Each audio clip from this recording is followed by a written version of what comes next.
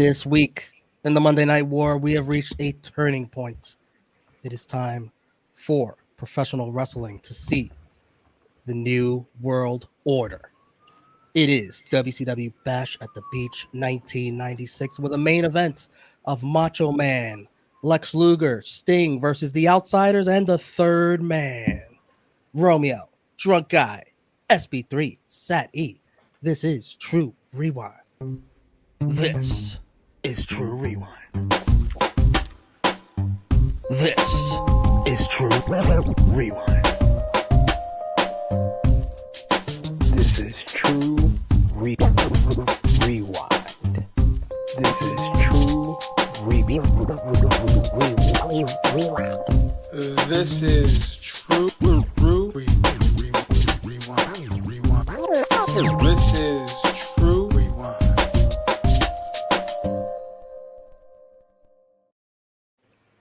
Hello. It is me, your True Hill Phenom SP3. Pump up the flux capacitor, jump into DeLorean, fasten up your seatbelts for episode 65 of True Rewind. This is where me and the rest of the Monday Night Warriors, we go back in time to the Monday Night Wars to review WCW Nitro and WWF Raw and decide what was the better show for the week. But we make stops, big stops at big time events, and there might not be a more big time event, a more important event, a more influential event than the one we are going to discuss today, WCW Bash at the Beach 1996. I am here once again with the ace in the face of the True Hill Heat YouTube channel, the connoisseur of reporting himself, Mr. Romeo Anthony Colon. What is up, everyone? Feeling a little bit under the weather, but I had to be here. For Bash at the Beach 96. Let's do this. Appreciate you making the effort. You made more of an effort than Eric Bischoff did to make it to WCW Bash at the Beach 1996. And although he does have a ski mask, do not fret. He is back in the DeLorean. He got his face burned by stopping off in the 1960s during the Holocaust or something. He is Drunk Guy JJ. Drug deal went bad, so I've been on the run. So I'm very happy that my good brothers finally decided to pick me up to get back in the DeLorean because, you know, I'm facing a lot of charges in different states right now. This going back in time shit is crazy, man. Who knew it'd be this much fun? It's tough being a time-traveling criminal like you, huh? Yes. Well, it's tough. And we have a special guest. Since this is a special event we are discussing, he is one of the co-hosts, one of the stars of Wrestling Daily. He was the star of the show, the Rookie of the Year trophy he took home on Quizlemania 42. He is the monster heel, Mommy Niangi's baby boy, Sat E. And the E stands for Eric Bischoff. He didn't show up. He didn't show up at all. They hyped him up. Imagine talking about the guy that doesn't show up. Where is Eric Bischoff? Where's Eric Bischoff? Oh man, that sounds familiar. Yeah. Yes, it sounds like we just saw that on last Sunday at Barclays. Yeah. So guys, thank you so much for having me on the show. As you know, I campaigned to be back for this event. I campaigned to be like a recurring guest on the Rewind tour. As you know, I love to talk about old school wrestling. I love to chop it up with you guys. You guys are incredible. I love what you do. And to be a small piece of this, man, is humbling. So thank you for letting me come into your yard. And I'm hoping I can be a great guest by providing some commentary and some entertainment and chop it up with you guys. Thank you for having me.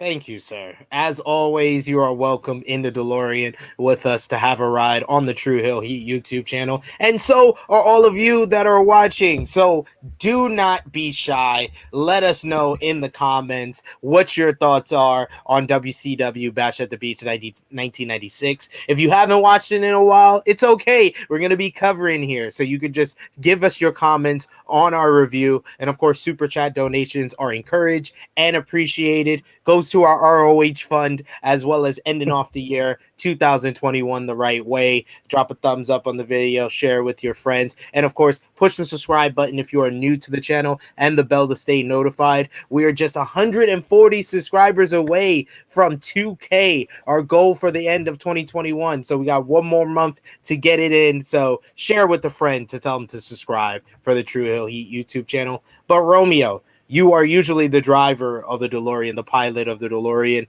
I know you're under the weather, but can you take it away? Yes, absolutely. July 7th, 1996, from the Ocean Center in Daytona Beach, Florida. 8,300 attendance, 6,400 people paid. They had to send about 2,000 people away at the door. Let me tell you what happened on the pre-show. The results for that. Oh boy, indeed. Because some of these matches should have been on the main show. Absolutely. Jim Powers defeated Hugh Morris in 423. Not that should have been on the show. Not that Not one. that one. Not that one. I was thinking now, okay. The Steiner brothers defeated Harlem Heat for the WCW World Tag Team Champions, new Tag Team Champions. That one. On the pre-show. That one. On the pre-show. Yeah, that one. That's That like one. 5 minutes. That's like WWE level of like mismanagement. What the heck? Oh, wait, I'm sorry. It was by disqualification, so no new tag champs. Sister Sherry made her return to WCW on the pre-show. Hard Work Bobby Walker defeated Billy Kidman in 2 minutes. The king of this True Rewind shit, Hard Work Bobby Walker, should have been on the main show. What are you doing? The Rock and Roll Express defeated Fire and Ice in 2 minutes. And finally, Rock and Roll Express. Ricky Morton and Robert Gibson. Yes. No effing way. You know what? WWE is like a WCW back in them days, especially 96, random match generator. That's what I'm saying. No, I realized they had literally all the tag teams. Every tag team in history seemed to be in WCW in 1996. And finally, Eddie Guerrero beat Lord Steven Regal in 3 minutes, 38 seconds. That one too. That one right there. There's a couple of matches. None of those matches got any time. No. You know why? Because they needed time for Friends of Hogan. There was 3 straight Friends of Hogan matches. We're gonna elaborate when we get to it, but yeah. So the opening video highlights Nash and Hall and Luger, Sting, Macho Man with the words "the hostile takeover" and that instrumental, which I like. Did you guys like that instrumental? Mm-hmm. Yes. It was a nice theme little of the tune. show, and it was the original Outsider theme as well before, Rockhouse came in. Yeah. Brain, Tony, and Dusty on commentary. Mike Tenay joins for the opening contest, which is Psychosis versus Rey Mysterio Jr. 8 years of history in Mexico and a little bit of history in ECW too. Talk about a great theme, Psychosis.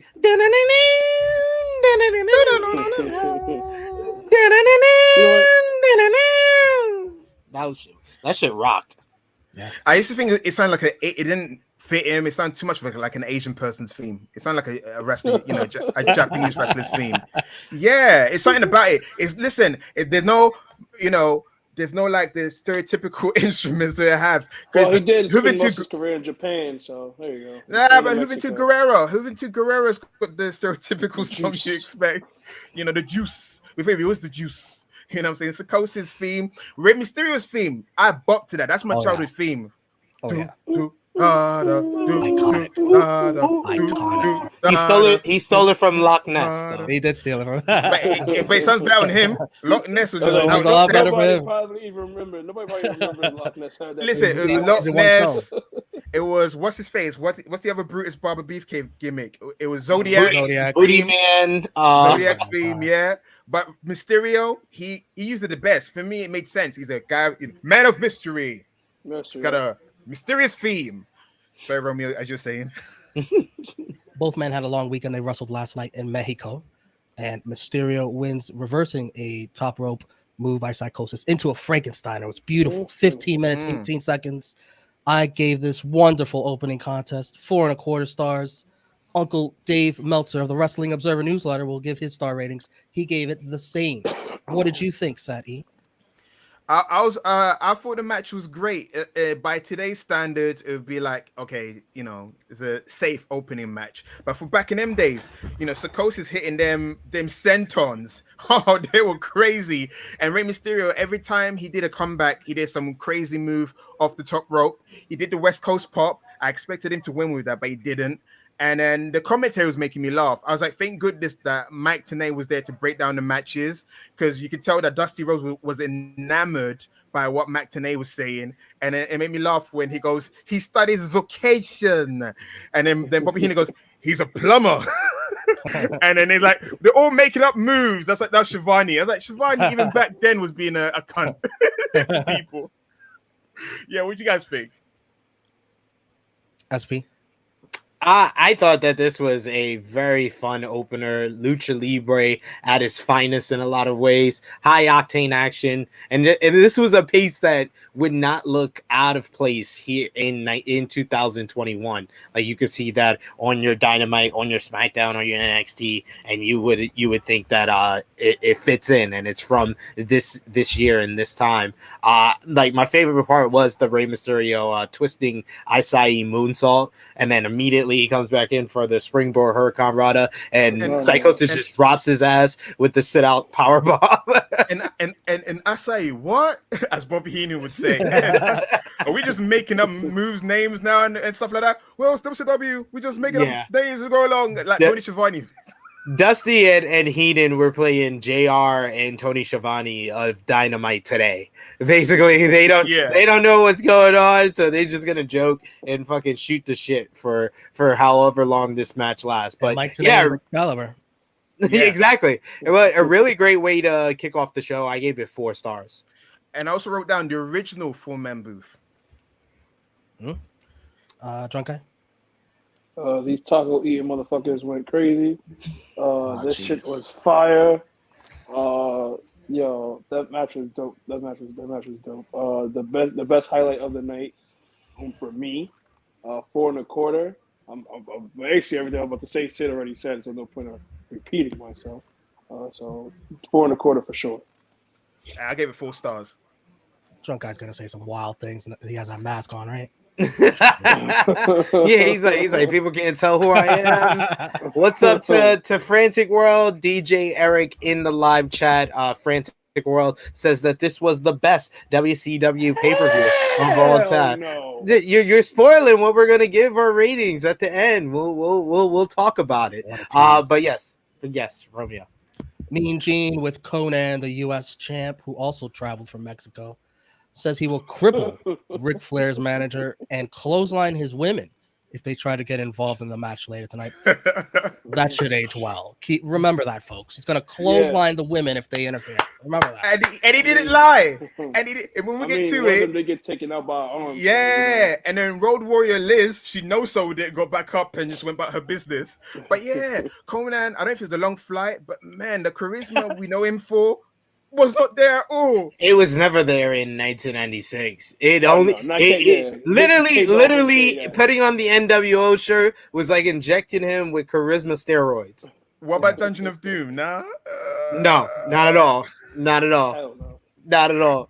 We're gonna get to it, but I feel like it's a shame. I thought, I'm speaking ahead, but him in his match with Flair, and after that he joins Dungeon of Doom. I was like, oh, what a letdown for the guy. If you think about it, the trajectory he goes through. But anyway, yeah, Romeo. Big Bubba versus John Tenta in a Carson City Silver Dollar match, which is basically a pole match. That you could also call it that, but it's a sock with coins. No, it wasn't. It was come in the sock match. It was just so loaded, guys, with so much juice. Fucking dildo. Tenta said, "Fuck it, gonna shave my whole beard, keep the mustache." Still got his head half shaved too. Bubba taped up Tenta to the ropes, beat him with a belt, and then Bubba made Jimmy Hart climb the pole because neither of these motherfuckers are capable of climbing that long. Yep. Jimmy slides down the pole, so proud of himself. Tenta grabs the sock, shoves Hart off the pole, and clocks Bubba in the face with the silver dollars to a big pop. Tenta pins it for the win, and then Tenta places some silver dollars on Bubba's eyes. 8 minutes 53 seconds. I gave this a star. Uncle Meltz gave it 1 1/4. SP? I gave this a half a star. It was slow. It was plotting. It was about what they gave us the last time they were on pay-per-view together. I did like how they got the crowd into the match somehow, some way. All that slow plotting work got them behind John Tenton, and when he knocked him out with the Silver Daughter. And the brain saying Bubba got hit in the yams was hilarious to me at the end during the replay. A half a star. Sat? Well, guys, I gave it 2 stars, and I know you think it's crazy. One of the stars belonged to Jimmy Hart. Jimmy Hart did the climbing, so he deserves a star for that performance, because I'll be scared of heights.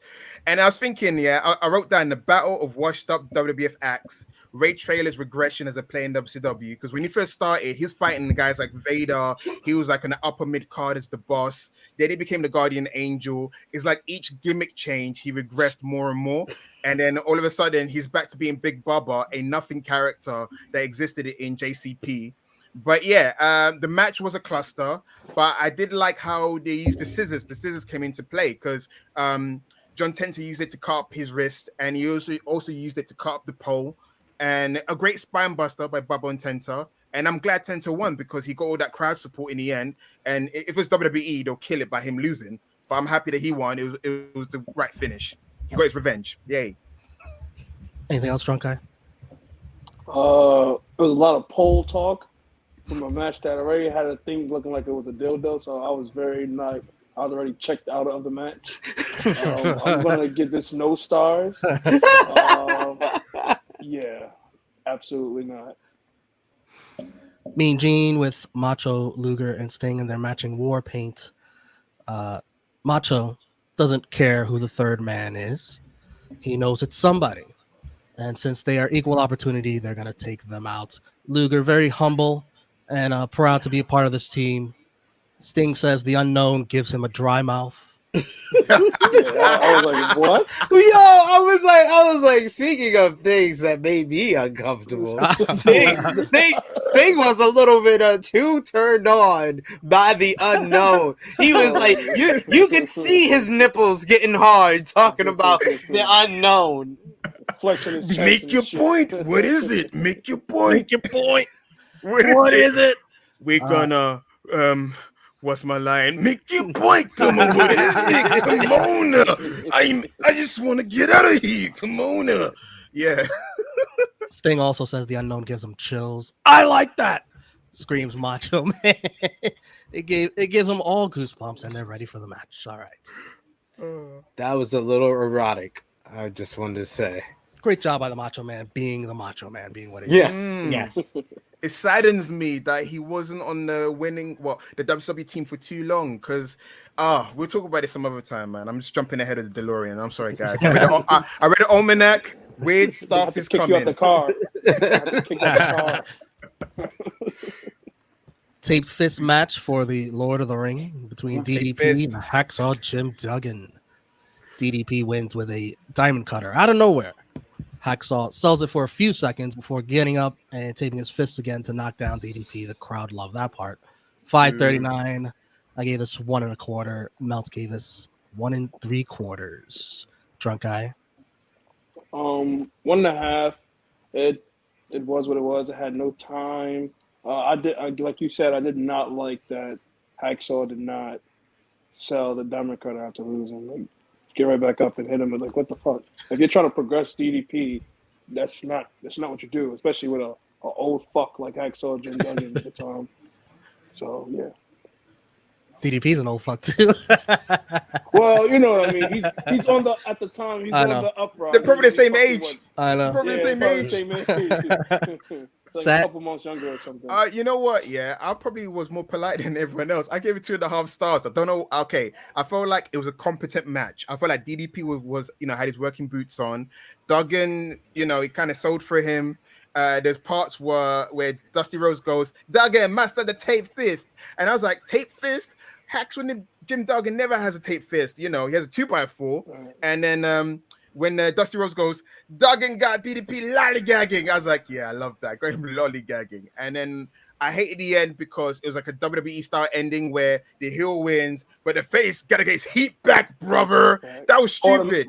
You put him over, But at the same time, it's not the DDP we'll grow to love later on. He's still DDP in search of himself. You know, he's still got the cigar, still got the glasses. Yeah, he ditched like 10,000 women. Yes, he ditched the mink coat, but he's still finding himself. And I don't think it's till the feud with NWO that he truly finds the DDP that's worth getting over.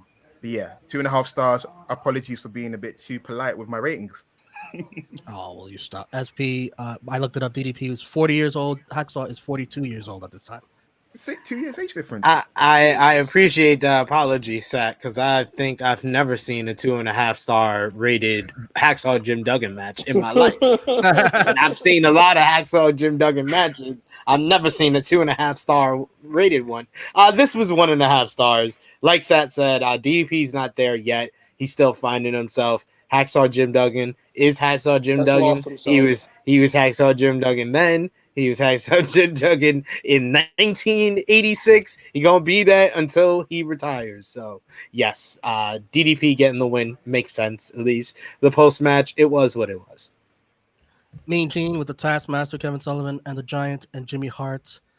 And Taskmaster speaks a few things. I'll try my best to reenact it. Yes, you do the best job ever. Take it away. They're gonna double team me. They can bring all 4 horsemen out. Let me tell you something. This is home court advantage, and there's something burning in my gut. You think I'm the weak link? Well, ask the Giant, and he'll tell you exactly what I am. Giant says, Taskmaster is the backbone of WCW. The horsemen are not the elite. I am the elite. The elite. I was thinking that. He started calling that the elite. He does that a lot. He does that a lot, actually. He's been doing it a lot in his promos. It's like ever since he signed with AEW, he's been dropping that in his promos for True Rewind. Looks like we're going to have 25 some years later. horse stew later. That ridiculous promo voice. I hate it so much. I hate it too. He learned it. He learned it from his brother. You know what I'm saying, brother? He's been watching too many 80s promos. It was the 90s. The era of cocaine promos was gone. You know, as much as Animal and John Tenter try to keep it alive, it was over. But, you know, bless, you know, Giant. He spent the learning tree of, you know, the Friends of Hogan. So expect his promo to be bad back in them days. We got Marcus8915 in the live chat saying, what's up, everyone? What's up, Marcus? We got Uptown Avondale saying, Sat E Niangi, the horniest man in wrestling infotainment. What did I say, dude? What part was horny?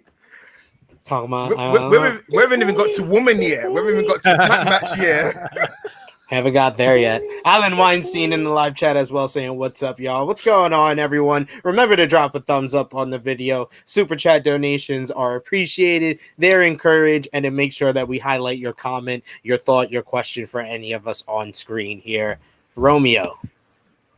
I also like Mean Gene asking Jimmy to brush his teeth. Then Arn and Benoit, they're interviewed. Arn calls out the outsiders. Then he says, when they chop down the Giant, he will only be 3'6" inches. What a terrible picture. Yeah. Benoit regurgitates his silent but violent catchphrase he's trying to get over. Then says he will leave Sullivan for dead. Cringe. Yes. I had that too. They will leave Taskmaster for dead, and I just put ... Yikes. Taskmaster beat you to it. Oh shit! Ass slander. I can't. Oh shit! That's slander. Okay, so what I noticed about this promo on the serious side, with Double A endorsing Team WCW, most of them being the enemies of the Horsemen, it goes to show you how serious this hostile takeover is potentially for the whole of WCW. So I feel like that was a great nod for Arn Anderson. He knows the nuances to get stuff over. Chris Benoit should not been given the microphone in 1986 because he was dreadful. He started constipated and he just droned on, even though he had a few lines of dialogue. He said, Taskmaster beat you to it.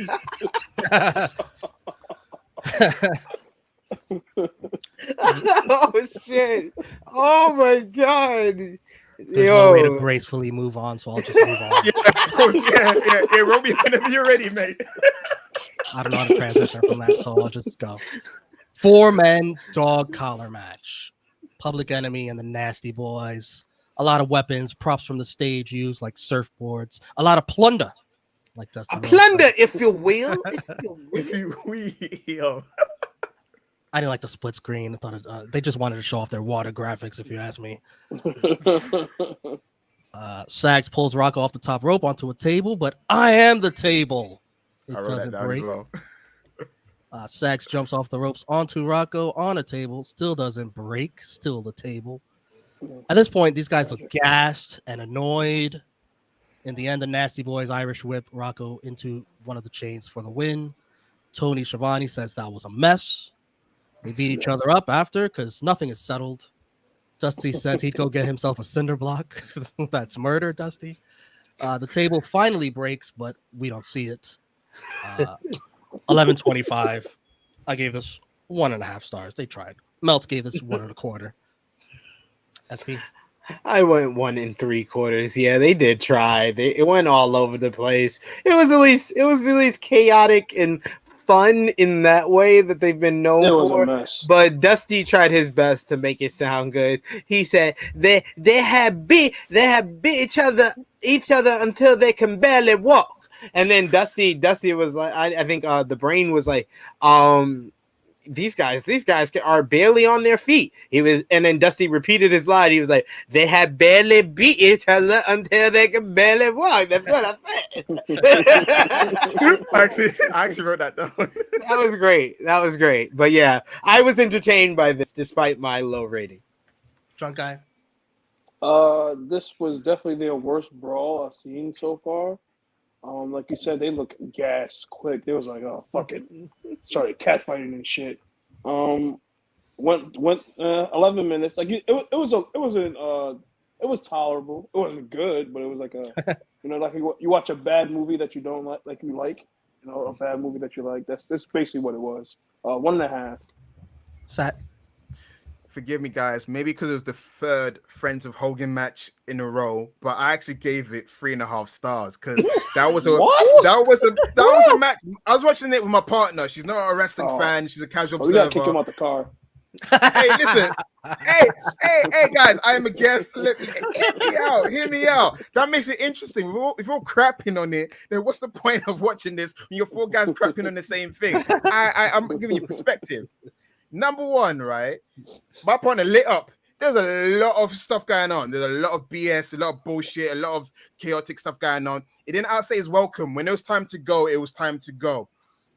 Now, the Nasty Boys have perfected this style of brawling since their match against Max Payne and Cactus Jack. So if you've seen that match, which was much better than this one, you've seen 1,000 Nasty Boys matches. But for me, it was an entertaining wild brawl. Yeah, it was a bit kicky and punchy. There was no finesse. There's no technical wrestling. It wasn't 5 stars. It is what it was. There was beach chairs. There was sharks flying. The shark was the MVP. He had his working boots in that match. So I enjoyed it for what it was. The table didn't break twice. It was great for the wrong reasons. And for that, I give 3.5 stars. Thank you for making me entertain. Merci.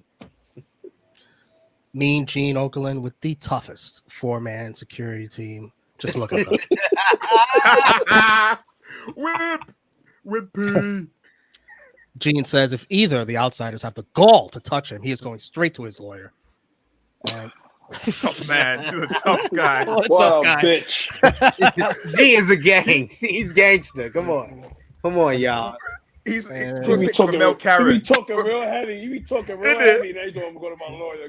There's no sign of it. I'll go get my lawyer. Yeah, there's no sign of Eric Bischoff, Eric, as he called him in his Minneapolis accent. And I don't even know. I know he's from Minnesota. The Cruiserweight Championship, Disco Inferno versus Dean Malenko. Disco says everyone is welcome to his disco dance party after he beats Mr. Personality. I got offended by a few things in this match, like the audacity to have Disco kick out of a brainbuster. I thought that was the finish right there in 2 minutes. I really did. Like, this guy's not gonna kick out of no damn brainbuster. This guy got fucking caught. Disco eventually taps out to the Texas Cloverleaf. This was the most effort we've seen Disco put in a match so far. Malenko did his best to make him look good. Tony calls it a cruiserweight classic. Yeah, Oh, he's smoking God. dick. Especially based on what you just literally just saw to the open the first show, match. and you call that a cruiserweight classic. Are you fucking high? I thought the announcers tried way too hard to put over Disco as a serious threat. Mm. It's like they were openly rooting for him or trying to push him as a baby face. Not a baby face. He's been a heel the whole time, really. 12 matches, 12 minutes. I gave this 2.5 stars. Melt gave it 3.25 stars. Sat E might give this 5 stars. Let's hear what Sat E. Okay, so this star rating would be great if I didn't give it the same star rating for the last match. I equated it the same match. So the reason why it's 3.5 stars is because it had Disco.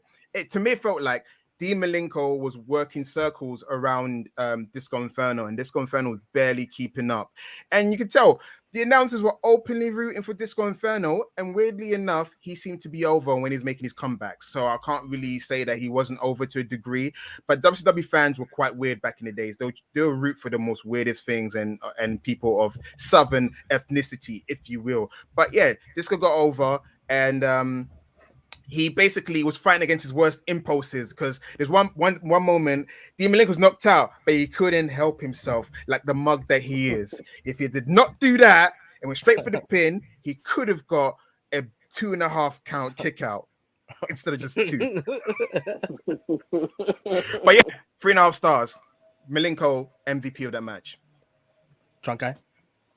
You know what? I can't believe I'm about to say this, but I agree with Sadie. This match surprised the hell out of me.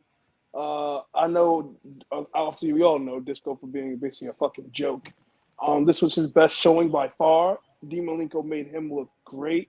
It was a hard-hitting match. I was very, very surprised watching this match because this made Disco look good. Honestly, like you said, kicking out a brainbuster. Granted, it's kind of shocking because it's Disco, but it elevated the match. It made, as the match progressed, it made him look more like, oh shit, Disco can really go. So yeah, I definitely give this 3.5 as well. Yeah, I mean, I thought this was a surprisingly competitive match with Disco putting in more effort than we've ever seen from him. He worked hard. He tried his best to keep up with Dean Malenko. But if you ever want proof that Dean Malenko can have a good match with the broom, you just turn on Bash at the Beach 1996. So I gave this 3.5 stars. Yay, guys! Question. So this has been a long debate. Taking out the credentials of the murderer, of what he done in real life back in the Which days. Murderer? There's a bunch of murderers. There's a bunch of them. Well, we're talking about Malenko and Benoit. People always say Benoit's better, but I don't know. I feel like Malenko had more in his arsenal in terms of if he could, he'd pull out more in a match. I don't know. Honestly, Benoit has. Go ahead. No, you go ahead, good brother. I know. I was gonna say Benoit has more because he can do everything Malenko can, and he can do strong style. So that's why everybody views Benoit as better, because Benoit is more versatile. He can do more styles. He can do the lucha libre just like Dean Malenko can. We keep it up with guys like Rey Mysterio and Psychosis. He can work on the ground like a Dean Malenko, like a Kurt Angle, but he can also chop the shit out of you and hit you hard like strong style. So he was like Benoit, taken away from what he did outside of the ring. Yeah. What he did in the ring, he was kind of the evolution of what we have today. He took it from what a great match was with like just your technical ability, what Dean Malenko and guys like that were doing, to what it was in like the 2000s with him, Eddie Guerrero, Kurt Angle, the SmackDown 6, and then what it is today. It's Chris Benoit kind of is like the evolution of all of that. Would you guys compare Jonathan Gresham to more of a Dean Malenko in terms of in-ring style? Yeah, he has the small stature and he can do like the technical wrestling. He's more of like a hybrid of Dean Malenko and Daniel Bryan, though. Bryan Danielson. Yeah. How tall is Malenko in that match? Malenko look short. Like he was being billed as 5'8", but how tall? He's not 5'8". That man is not no 5'8". You think he's 5'6"? I feel like Probably like a 5'6", 5'5". I felt like at the Really? time, like how you just said, yeah. I felt like at the time, like how you said, who were better with Benoit. I felt like at this time, Malenko found his character faster at this time than Benoit. Yeah. Benoit Yeah. still was elevating himself, but like Sid said, Benoit can do everything. This man can do diving headbutts, tope suicidas. He can do the groundwork, submission. We know him for his submission moves, and Yeah. he had the technical aspect. Malenko, he's not diving. He's not doing that. He's just more of one technical style. So, like you said, he's like Benoit was like an early hybrid of what we see today. But Malenko would bring out like a tiger driver from the top rope, a snap DDT from the top rope. So Malenko had it in him, but I understand Malenko's more of a finesse guy. Do you think that, Romeo, that you see Malenko more of finesse while Benoit had more the aggression? That's what put him over. I agree. I'd rather have Malenko. It's aggression, man. I'd rather have Malenko in the Four Horsemen than this guy in this next match. I'll tell you that much. I agree with that, and we wouldn't get that till a year, 2 years from now. We got in the comments here, Uptown Avondale, saying Benoit was better. His selling alone puts him over Dean Malenko, and that's coming from a big Malenko fan. Oh, there you Benoit go. look like he always look like he's about to die. No pun intended. Those headbutts. When he misses those headbutts. Great segue point. Great segue point. The Desperado, Joe Gomez. All right, I'm out, y'all. Who that? Steve Mongo McMichael. Some awful crab legs graphics during Mongo's entrance. Did you see this garbage? Yes, the crab Yes, legs that pulled up the name title. Oh, the McMichaels have a new dog. That's definitely not Pepe. They get money and they just leave the dog on the shelf. Like, fuck them. This match is awful. Yeah, two green guys trying to dance with two left feet. Mongo wins with one of the most dangerous moves you could ever give this guy. Why would they let him do that? Why would they let him do that? Oh my goodness. Crazy. This match went 6 minutes 44 seconds. I give this too long. For what it was perfect. I give this -5 stars. -5 stars. He said for what it was. Like, you put two bad guys out there and they did the most awful job possible. Good job. I don't even want to tell you what rating I gave for it, so I'm just gonna keep my mouth shut. Go ahead. I feel like it's poker. Literally, last time I was here, I was confident. I thought, yeah, I'm hitting my strides. I'm giving the right stars. Here, I'm probably too generous. I give it 2 stars. Oh my god! Whoa. I wrote Joe Gomez had Okada like drop kicks. What were you smoking? What were you smoking? Barely any air time with those drop kicks. He was just drop kicks were atrocious. They were, if Okada had too much to drink. And he thought his drop Okada like. Okada, just put Okada's head on top of Joe Gomez. Joe Gomez, the next Okada. He could have been the Rainmaker in 1987. That could have been his breakout moment. The Desperado Maker. Guys, I've been watching Nitro. Can you tell me, is this your first time seeing El Desperado, Joe Gomez? Is that your first time seeing him, or did you see him before? He got beat up backstage one time by the Four Horsemen, and then he lost the match, I think, to the Horsemen, and he got beat up by Mongo. That was the build-up for this matchup here. So whatever happened to him? I know he didn't join Dungeon of Doom after this. Your guess is as good as mine. Saturday Night Live, maybe. You know, that's where all the wrestlers go if they're not on the main roster. That's hilarious. I mean, yeah, this match was a dud. I could not care less for this match. It was two not good professional wrestlers, two green wrestlers in the ring with each other, and you could tell that. I don't understand who made this decision and thought this was a good idea.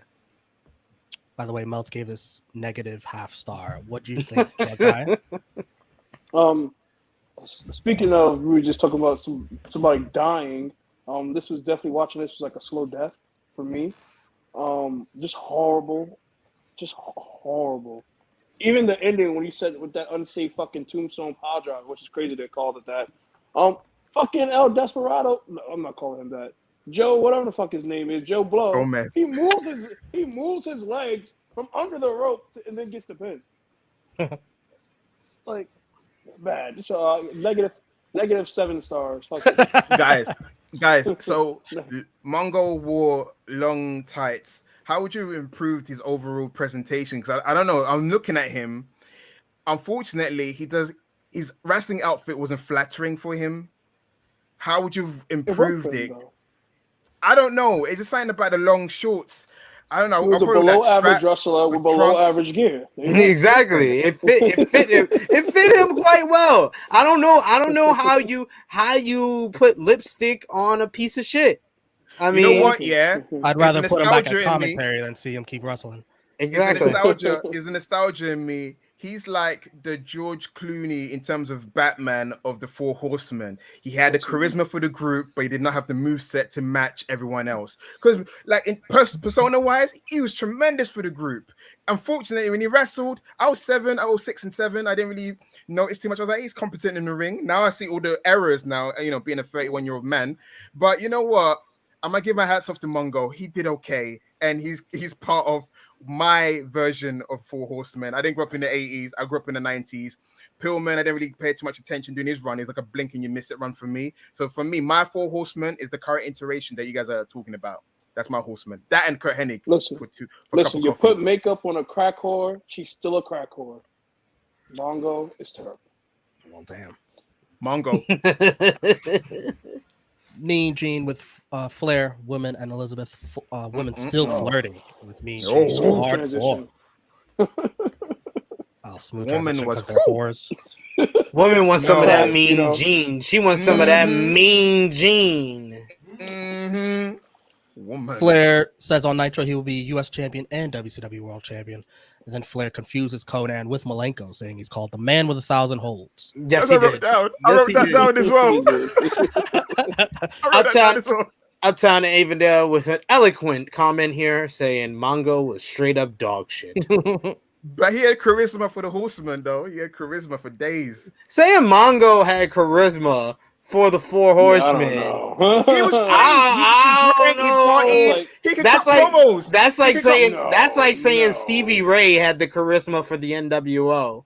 He had charisma for NWO B team. He was the best bunch of the B team. That's like saying Hornswoggle had charisma for DX. Basically, that's a good one. That's a great one. Actually. Conan. Stevie Ray did have charisma for NWO. He's one of the fun parts of the NWB team. There was no fun parts of the NWO B team. I'm the leader. There was Horace Hogan. There was Brian Brian Adams. There was Stevie Ray. None of those things say fun to me.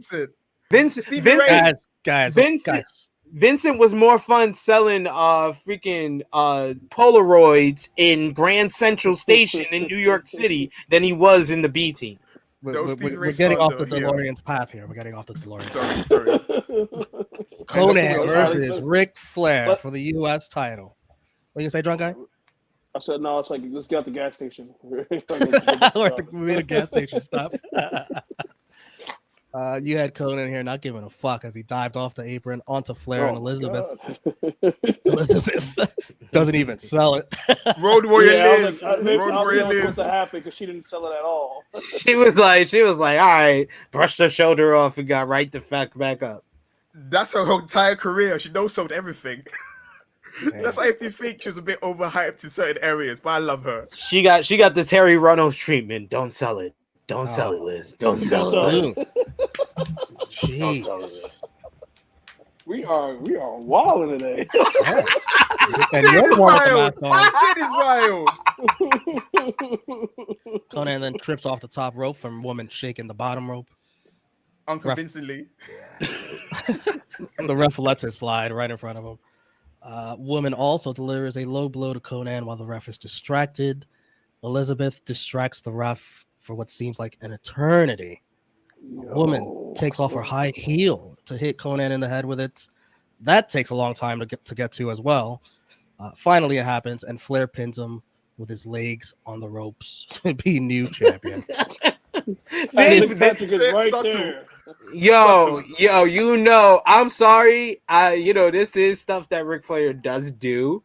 But I guarantee you, Conan was the one that was like, you got to do this, this, and this for me to lose. Conan's like, I'm going to protect myself. If you want any more of the Lucha Libre talent, if you want Rey Mysterio, you love you some Rey Mysterio, you love you some Psychosis. I got a good new guy called Hilberto Guerrero. If you want any of them, I need to be protected when I lose that U.S. Heavyweight Championship. But he looks like an idiot because earlier in the night he said he was going to clothesline all these women. He's going to cripple them. And he does nothing. He gets beat with all the dastardly heel stuff. I gave us 2 stars. Meltz gave us 2.5 stars. Sorry, now thinking about it, he was cutting a promo by goes, I haven't been here long enough. I haven't made any clicks, any groups, blah, blah. I should have figured that was a foreshadowing. That's probably why he joins Dungeon of Doom. He had no backup. He gets ass whipped by the women. And by the way, woman is a shrieker. My goodness, my other half, she was mad. But for me, I was like, woman, you're quite enthusiastic. I can see where they can make use of that. You know what I'm saying? She was shrieking her ass off. But I gave the match, for me, She was it was shrieking? 4 stars. What did I miss? She was she was shrieking, screaming for shrieking, shrieking, not screaming. streaking. She was shrieking. Oh, She was like, Get no! it. Never mind. Yeah, she's a screamer. She is a screamer. Yeah, if you watch come that on, guys. ECW Sandman, when Sandman got caned in the eyes, you bastard! You bastard! Woman's got a history of shrieking all over the place, and I can tell she's very enthusiastic in other areas. But anyway, going back to the match, I gave it 4 stars. I know you're gonna look at me crazy, but I felt like once Conan got over trying to do Lucha Libre moves he can't do, and they had a solid back and forth match. My highlight is Road Warrior Liz, no selling that off the ropes clothesline. Any referee, they'll be straight to the back. But Liz, she got up. She's like, that wasn't my spot anyway. But towards the end, you can see the woman either got up too early because it's quite awkward. She had a shoe ready, and you're like, all right. It's like a thriller. Who's going to get stabbed? Who's going to get hit? Who's going to get hit? And it went on for like another 2 minutes before it happened. I was like, okay. It happened, but it wasn't executed that well. But I enjoyed the match for what it was. I feel like Flair worked well to make Conan look like a threat. And like you said, Conan had a list of demands, how he's going to lose. And then after Ric Flair won the match, you could see Ric Flair either thanking him or something, or like, I'll get you some cocaine later, or I'll get you some whores, or whatever. Get you some cocaine later, all right? I don't know, but more likely, thank you, brother, for putting me over.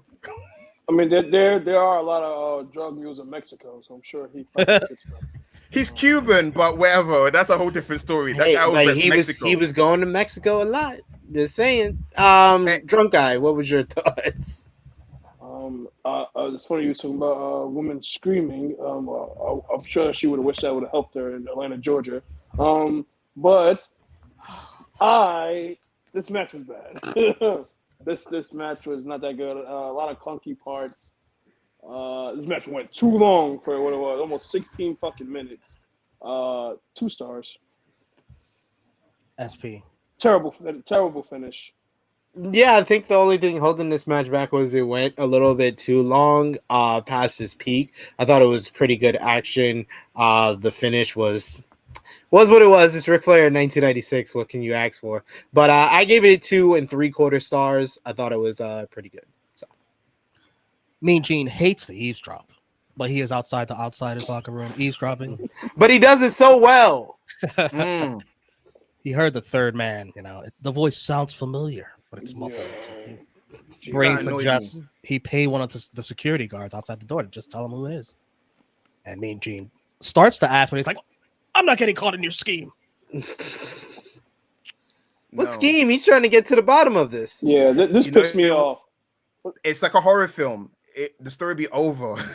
It is like a smart man's math. You know what I'm saying? How much you getting paid? $200. Hi, here's $500. If Mean Gene cared about WCW, that would have saved the day. He could have smartened up the crowd and it would be over. And what annoyed me, if it was Missy Hyatt, I'll give you if it was Missy Hyatt doing this, I would forgive Missy because it's Missy Hyatt. I would forgive the fact that she can't tell who's behind the door. You can't tell me you can't know who this, brother. It's me, brother. I've been with you since the 80s, brother. Exactly. What the fuck Mean was Hogan Gene. using a goddamn cane How do you voice box? I did exactly? not know his Mean voice. Gene, that's his homie. That's like SP3 saying, "Oh man, this sounds familiar." Mean and it's like Gene it's was drunk, in it's on drunk guy it. JJ. Yeah, you know what? That would have made sense. Because You don't recognize that voice. Come on. It sounds familiar, Mean guys. Gene. This was the first sign that Mean Gene was losing his hearing. This was the Mm. first And mind sign, you, ladies and gentlemen. All he had to do was ask the cops. That's it. Right? That's it. But it makes too much sense. Then the story will be over. That's what they should got like Missy Hyatt, take out ECW, bring her back for his one-time appearance, just to look like a fool for this moment, because it didn't make sense. I'm like, that's one of your best friends in the industry. I cannot tell that muffle is. It's a distinct muffle, brother. I hear a lot of brother behind the door. It sounds familiar. I don't know, guys. Arn Anderson, Chris Benoit versus the Giant and the Taskmaster Kevin Sullivan. The Horsemen get jumped in their entrance. Mongo hits the Giant. Excuse me, not the Horsemen get jumped. The Giant gets jumped. Mongo hits Giant with a briefcase and runs away to the back. Giant chases him. The bell rings. The Giant returns. The crowd pops for when Giant is tagged in. Benoit then takes Sullivan all the way to the announce team area for no apparent reason. Giant chokeslams Arn for the win in the ring. So Flair does not get a title shot on Nitro. Benoit then flies off the announcers area onto Sullivan on the sand. Yeah, that scared me. And you can see the Giant in the background just walking to the back as his partner gets beat up. He don't give a fuck. He's That like, was I'm out of visible. here. I already got my paycheck. I'm out. He was gassed. That's what it was. Benoit takes Sullivan back in the ring for a back suplex off the top rope. Woman comes out to make this awkward. Pleads with Benoit to stop because he's going to hurt him. Giant finally returns to run the Horseman off and pick up Sullivan and take him to the back. This match went 7 minutes, 59 seconds. I gave it 1.5 stars. Melt gave it 2 stars. SP? I gave it 2.25. It was quick. It was to the point. It's a little bit of tag team wrestling. It got good when Taskmaster and Benoit started brawling like they did at Great American Bash, and then the match was over. So yeah, 2.25. It was what it was. Benoit and Taskmaster. This feud must continue. Now we have women involved. I wonder how that turns out. And yeah, the Giant don't give a fuck about Taskmaster at this point. Drunk guy.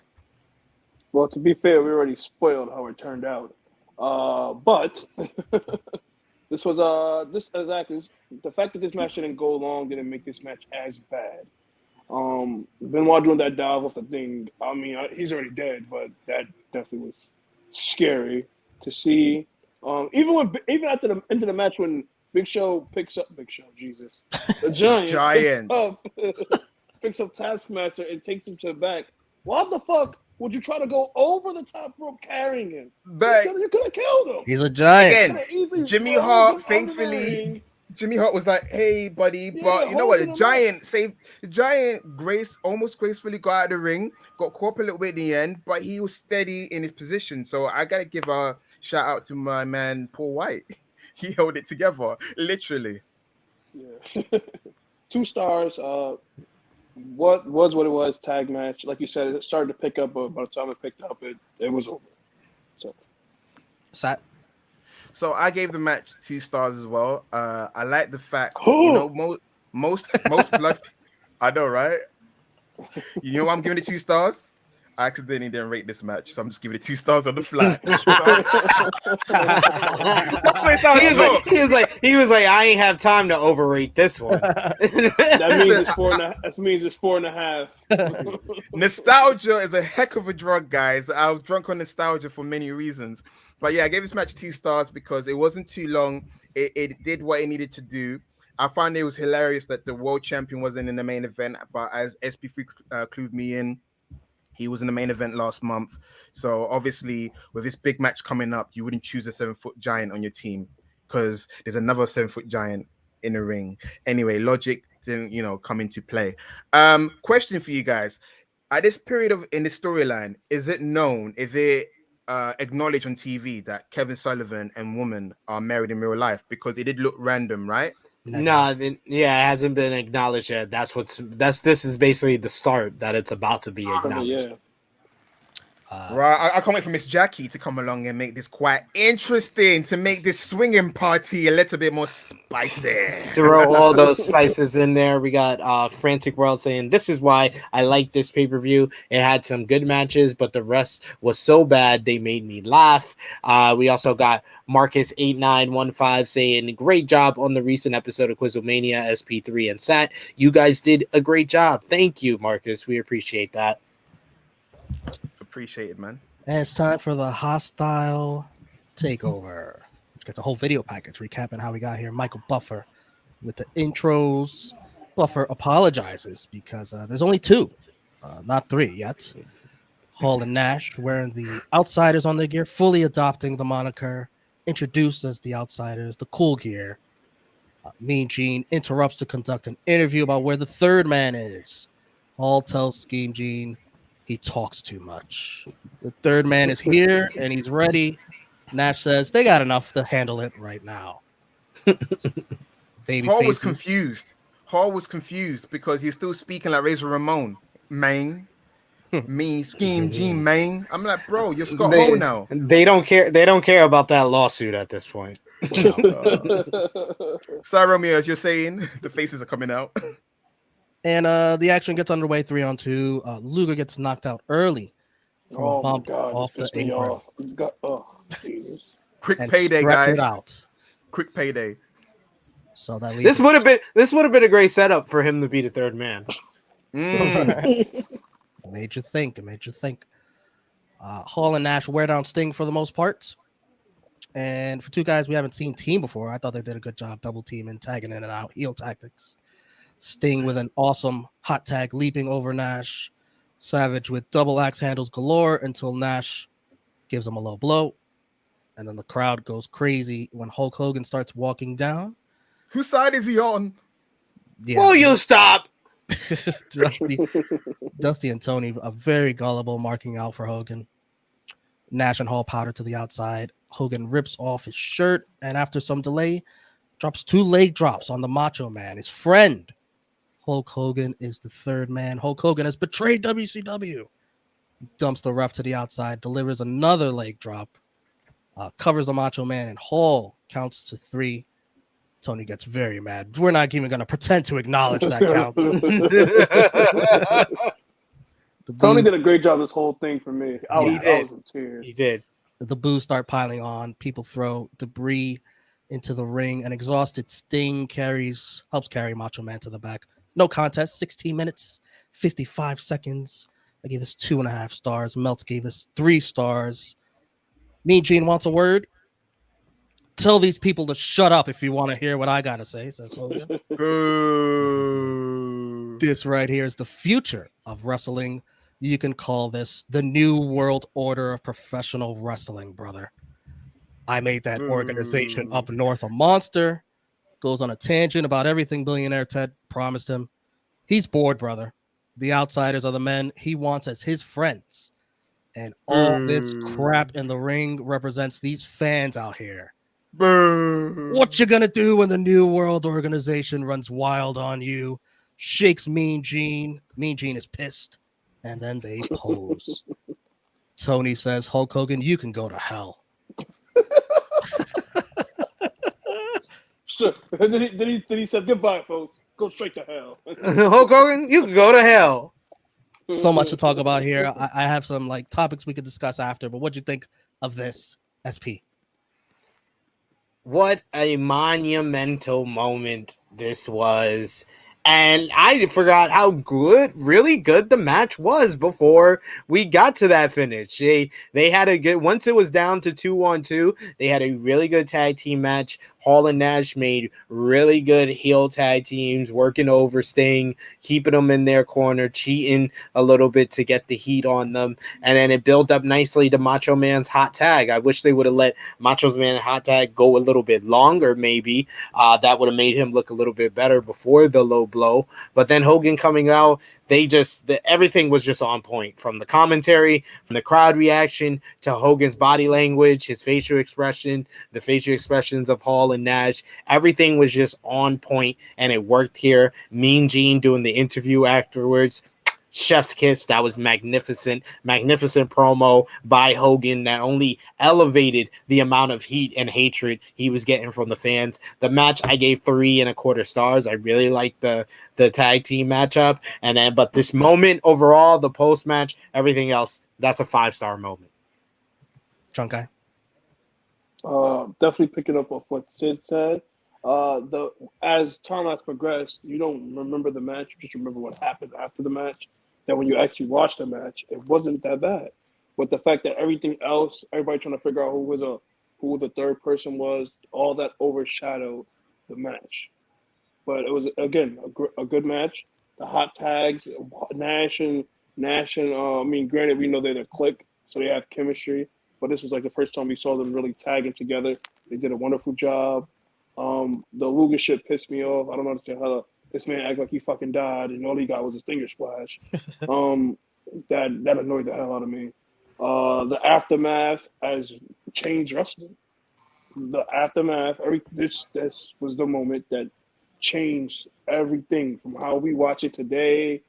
Everything that's going on. This is what changed it. So definitely a 5-star moment, of course. One of the biggest moments in wrestling. So a good way to cap off the show. Sadie. Romeo. Like the Montreal screw job, the match that preceded it is actually quite good because the Montreal screw job, the match is great.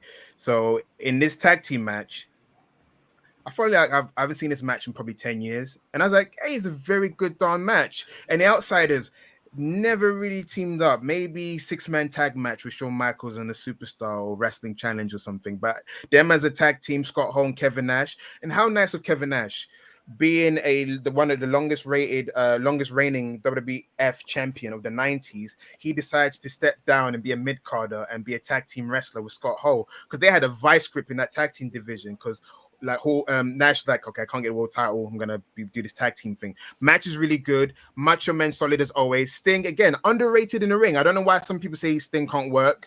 This has always been debated, guys. Did Bobby the Brain Heenan ruin the moment, or was that him going back to the history of him not trusting Hulk Hogan?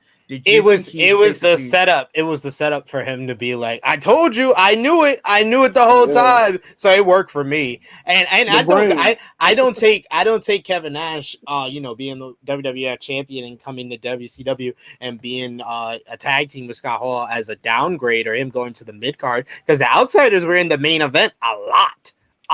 True. A lot. True. This is WCW. Like I said, WCW in 1996.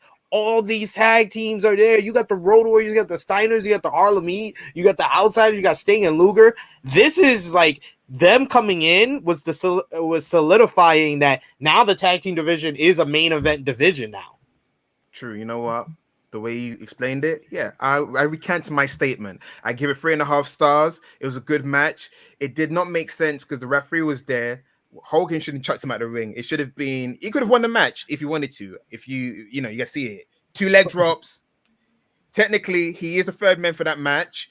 But the way he came out, though, because compared to him when he came out for WrestleMania 9, for Bret Hart in the end, he was very animated. Hey, I'm a baby face. But he was kind of sullen when he came out. Do you think that kind of tipped off a bit? Because he should have been like, Hogan always does that.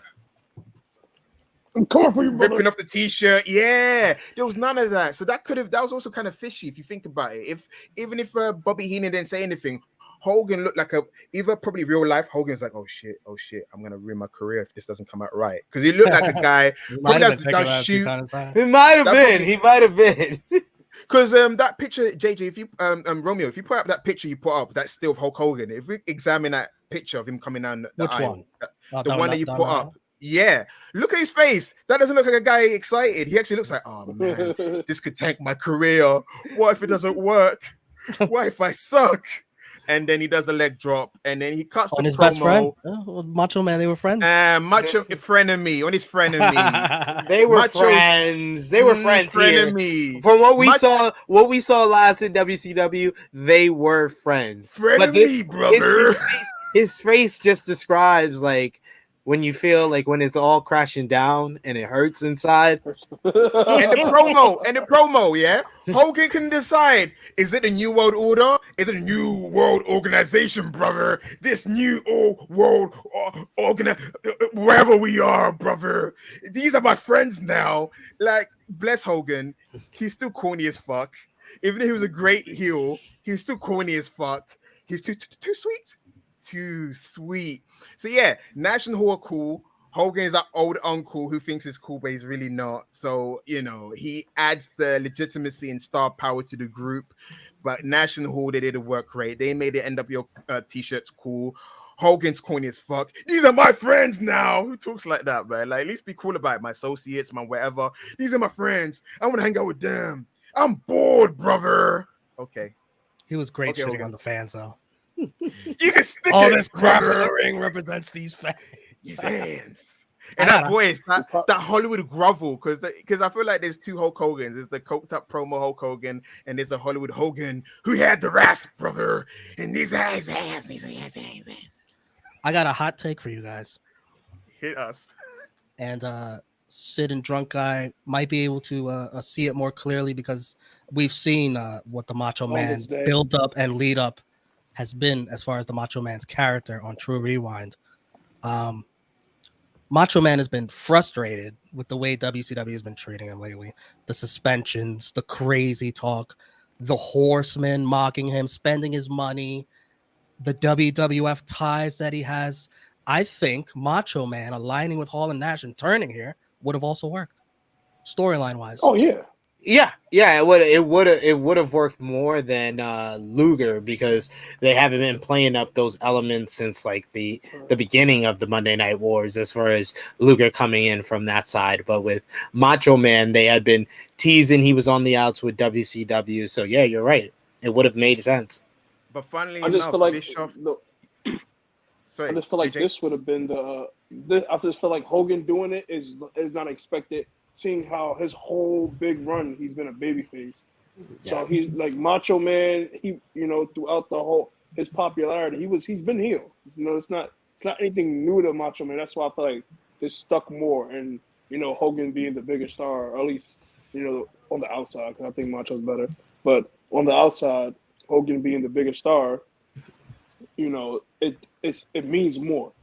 And he's never his whole time run, he's never been a heel. You're right, but funny enough, because I listened to 85 Weeks when I used to listen to 85 Weeks. Bischoff said the backup plan was Sting to be the third man if Hogan backed out last minute from turning. So it would have been Sting. Yeah, we got Marcus in the live chat saying that. I wonder what would have happened if Sting agreed to be the third guy. He was pitched first, but didn't want to do it. That would have never worked. It just would have came off very forced. Like most Sting heel turns throughout his career have come off very forced. So yeah, I think the crowd would have been more pissed. More pissed. Guys, I also feel like Sting has always put a committed performance. It's just the fans didn't want to see it. I feel like he's not a good heel. There are some people that are just not good heels, like Dusty Rhodes, Rey Mysterio, Sting, Becky Lynch. Those are the people that I most think of when I think of people. No, they're just not good at being a heel. Anyone could be a heel, but just not everyone. I agree with you, are you talking about Devil Horn Mysterio? Yeah. Exactly. Well, I agree with what you said, but also again in 1996, we don't know if Hogan's going to be a good heel. True. Yep. True. That is true. Stick it, brother. That is true. Let me read you some notes from the Wrestling Observer newsletter. At one point, a fan even ran into the ring and got dropped by Nash and kicked by Hall. They edited that out. We didn't see that. They did. We got Frantic World saying that Scott Hall knocked out a fan that tried to get in the ring, but it was actually Nash. There's footage on there. Why you gotta edit it out? There's footage on YouTube where you can see it. And check out my article on Sportskeeda Wrestling, sportskeeda.com. I did an article on when fans attack Hall of Famers, so I just did that. Jesus. It's believed that Jeff Jarrett and Ted DiBiase will join the group when their contracts expire, and WCW will be making plays for any top WWF stars, such as Davey Boy Smith, whose contracts are nearing their end. Hogan agreed to do the heel turn 11 days before the show, mostly because he had already done everything he could as a babyface. His contract was due to expire in a few months, and with WCW doing record TV ratings and strong pay-per-view buy rates without him, his negotiation leverage was weakened. They didn't really need him as a top babyface anymore. So, with the hottest angle in WCW history, Hogan figured he could turn himself heel and become the centerpiece of the company again, and he did just that. But it didn't come. It didn't come without risk. Hogan's merch sales are sure to go down, and he was still a strong draw babyface. Not Great so job, fast. great job, Dave. Great job, Dave. Great job, great call. Great call, Dave. Great call. We got here in the comments, Marcus8915 saying, "Hear me out. If we never got NWO, we probably wouldn't get Crow Sting." I agree with you there. Yeah. That's one created the other. So yeah, you're absolutely right. Nice. There was legit concern that Hogan may change his mind at the last minute, as he's been known to do. And of course, the plan B was Sting to turn heel. The original plan, Luger or Savage. But since so many people had speculated those names, WCW wanted a shocking ending. Hogan and Bischoff were negotiating the details of the heel turn as late as the afternoon of the show. The plan was kept secret from most people, although in the days before the show, most suspected it would be Hogan, but no one knew for sure. Scott Hall was telling people that he didn't know until 2 hours before the match, but Dave doesn't buy that. Another comment here from Marcus8915 saying, Hulk Hogan heel turn is the best turn in the history of wrestling. It changed the landscape of wrestling. Can't say that? No, not much argument you're gonna find from anyone really. Well, except maybe Austin's heel turn, changing it in the inverse way of killing the business. Guys, question. Well, let's more so like the Austin Brett. Can we dwell on that question? Can we dwell on that question a little bit more? So let's just say it wasn't the Hulk Hogan, right? Let's just say we're still going with the tired, dead nostalgia run that he's been on the last 2 years, whatever, and it was Sting or Luke or even Macho Man as the third man. You're saying that it wouldn't have reached the heights without Hogan turning heel? You think that shock? Hogan would have buried the NWO in a matter of months. Exactly. Hogan would have John Cena and like they were nexus. You telling me that Hogan and Macho Man would have faced the entire NWO in the cage and beat him up? No, they're not gonna go do the same exact thing they did with Dungeon and Doom. It'll probably just be Hogan on his own. You know what? Yeah, Hogan and the Booty Man and all his friends. Exactly. Yeah. Hogan, Booty Man, and Nasty Boys defeat the NWO in War Games. You guys just basically cleared something up. Hogan turning heel was for the best of everybody, because by him turning heel, he just cared about himself. Hindsight, not really everybody, but for the company, sure. No, I meant like because of him focusing more on new NWO. He's like, fuck my WWF friends. You can do whatever. You can go Saturday night. He wasn't as involved. It felt like when he was babyface, he wanted to keep the whole nostalgia tour running. Now with this new fresh angle, I get where Drunk Guy's coming from. It didn't help everybody because the baby faces just had the job out for the next year, and then they build up one fucking baby face to finally get the equity of all this build up for Monster. It wasn't a Sting. Hollywood. It wasn't a Sting. And no, it was supposed to be Sting, and then they ruined that shit. Yeah, they botched that shit, and then they had to build a whole nother one with an undefeated streak who only knew 3 moves. And then they blew that off without even getting a buy rate out of it. They blew that off with another fucking NWO. Remember when they had him lose to Kevin Nash? So look, guys, freaking ruined everything. 2 things I have in my mind. Number one, there was Hogan chants at the end, which was quite well. It looked like it was getting over. There was a Hogan chants at the end. And second of all, what's sad to me about the NWO situation is we never got that blow off, that invasion style Survivor Series match where you had Team WCW versus Team NWO. I feel like the closest we ever got to that victory was Luger winning the title in terms of seeing everyone solidify and think, yay, We won for 2 weeks. We never got the blow off. That's what Starrcade 1997 was supposed to be. But we got a long time before we ride there yet. So Romeo, let's wrap this one up. 2 dirty finishes, 1 bait and switch. Match of the night, Rey Psychosis. We all agree? Yeah, 100%. MVPs, I'm gonna have to go with the New World Order. Is that and unanimous? woman? Honorable mention for woman. Them shrieking. I'm going with the newly minted Hollywood Hulk Hogan. That was a great promo at the end. He was the difference maker. So yeah, You don't get that many MVPs around here on True Rewind. Exactly. Yeah, damn sure. Exactly. I It might thought change now. I thought about giving it to the NWO, but I was like, you know what, Hogan, you got to make up for all those LVPs. So I'm going to give it You to know what? just you. You know what? I'm gonna keep the same energy. Hogan is not getting MVP. I'm gonna give it to Nash and Hall for them to even acquire Hulk Hogan. True. That's rough. They carried the angle. All Hogan did, he was like, oh no, I'm losing my equity. Yeah, I'll jump in with these 2 young guys. The 2 guys that built up the storyline. If it wasn't for Scott Hall and Cash, look at the adjective. Look at those 2 men building. The adjective, build. We wouldn't be where we are, guys. So Hogan's best moment, he still can't get no MVPs, man. Barely. I'll give it to Hogan. The acting skills came into play. He was good as a heel. You can stick it, brother. LVP, I'll go with Mongo. SP. I'm going with Joe Gomez, the Desperado. Get him off of my TV, please. Front guy. Shit, I'm gonna go with both Joe Gomez and Mongo. There we go. Mongo's great. I'm gonna go with Joe Gomez with his Okada like drop kicks. Oh my god, not again. You said it once. That's enough. Slow kata. He's slow kata. Barely any air. He's just like barely. He's no kata. In 3, 2, 1, it'll be thumbs up or thumbs down or thumbs in the middle for this pay-per-view. 3, 2, 1.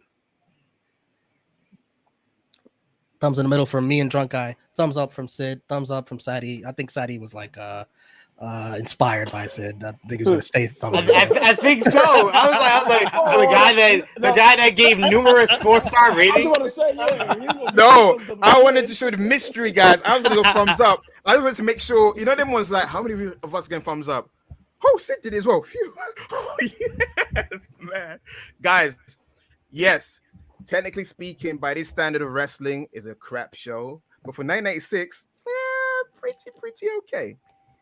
Like the last angle. Now I can't wait to go watch TNT and watch some Nitro. Ooh, what's gonna happen next? Who's the 4th man? Who's the 5th man? Who's the benefactor for DDP? Was it meant to be, billionaire? You're never gonna find that out. I wouldn't keep watching for that. I think it's Ted DiBiase, but we'll find out. Let's rate this on a scale of 0 to 10. I'll give it in the middle 5. The memorable ending really escalates this score. This was much worse than that. And then that opener. SP3, what will you give it? Yeah, the ending elevates it quite a bit, so that's why it gets a 6.5 out of 10 for me. Drunk Guy. Like again, the ending, literally the beginning and the end. That's what makes sandwich. That's what makes this. So I'll give it a 5.5. Sadie. It's not the journey, it's the destination. For that reason, I'm gonna keep the same energy. I'm gonna give it a 7 because of how much I've been hyping it up. 7 for me. It's a 7, guys. Nostalgia is a drug, man. Let's guess how many pay-per-view buys this did. For reference, the previous WCW pay-per-view Great American Bash did 170K. What do you think this mystery of the 3rd man brought in numbers wise? SP3. 205,000 buys. Wait, what did you just say? 205. 205,000, 100,000. 205,000. 205,000 buys. There you go. I was confused. Drunk Guy. I'm gonna go with Evolution is a mystery. I'm gonna go with 200,000. 200. Sadie. Yeah, I was going with 200,000 as well. It seemed like it would have went, a leap up from the last show. So yeah, 200 from me, sir. SP3 is the closest because he did a little prices right. He added a little 5K. 250K. Whoa, That's a leap. That's almost 100,000 up from the last pay-per-view. Almost Wow. 80,000 more. Yeah. Impressive. No, you know what? No one from AEW can talk smack about this moment, not being as big as today's moments, because those 5 views, those pay-per-view 5 views, those are huge numbers. Huge, guys. Huge. Yeah, Hogan turning worked.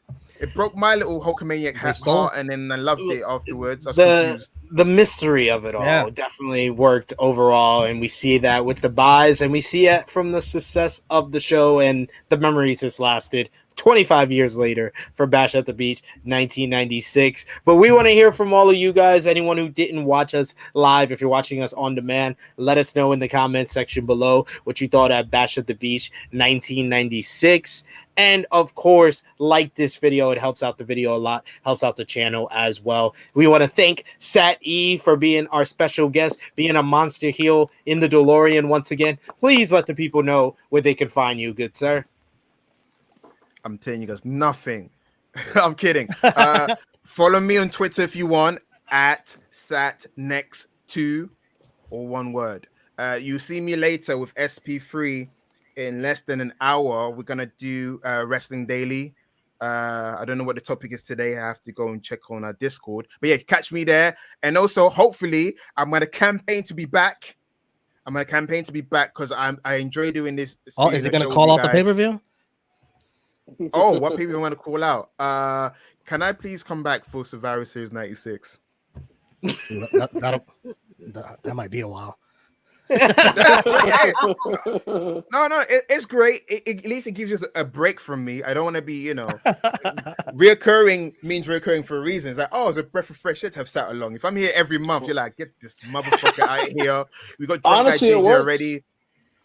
We got drunk guy JJ already. We don't need Sat E just to come up here and whatever. But yeah, so listen, I can do some 96, but nah, I got a lot to talk about Survivor 96. That's when I'm like, the attitude era. Getting close, guys. Shooting his shot there. Drunk guy, where can the people find you, sir? Instagram, hacksaw_J Duggan. Twitter, Drunken Master JJ. Facebook, my name is my name. If you don't know my name, don't fucking add me. We don't do that over here. The game, you know where we are at.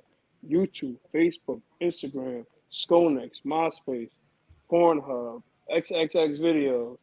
You got a Twitch. We actually have a Patreon. This is not a joke. This is real. We actually have a Patreon. We're everywhere, man. We do this, what we do. You guys are on Pornhub as well. Did I hear correct? One night in China Part 2. And all Sunny. Drunk guy. And Sunny. And a Sunny tape as well. Romeo, where can they find you, sir? True Hill Romeo on Twitter and Instagram. Right here on the True Hill Heat YouTube channel, where we cover Raw with Rated Raw Superstars, which Drunk Guy I think forgot, and where we cover NXT with NX3 on Tuesdays. Oh, no, you're not talking, buddy. Yeah, hit the bell for notifications so you know when we do live watch-alongs here on the channel.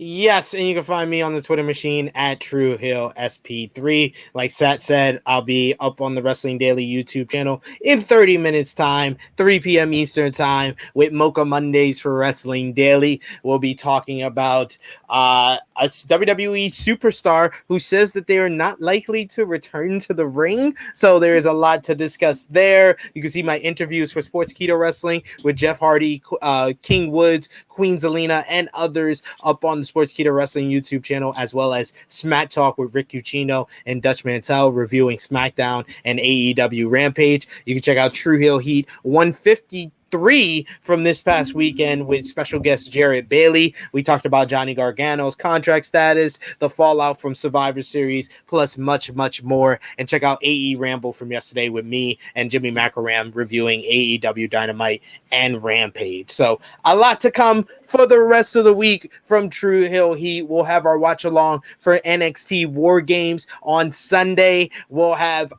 True Hill Heat 150 I believe it's 3 or 4. I forget the number sometimes. 4. With a special guest being announced during the week. So check up all of that. And of course, patreon.com/True Hill Heat for the extra from True Hill Rewind episode 65. And this is the final True Rewind for 2021. So we want to thank everyone for joining us. We're taking a month break for the holidays, but we'll be back with more from 1996 from the Monday Night Wars in 2022. So stay tuned right here on True Hill Heat. Like, comment, share, and subscribe. For our special guest, Sat E, thank you once again. For the bank robber himself, Drunk Guy JJ. For the conductor of reporting, Mr. Romeo Anthony Colon. It is me, your True Hill Phenom SP3. This has been True Rewind, episode 65, WCW Bash at the Beach 96. We are signing off until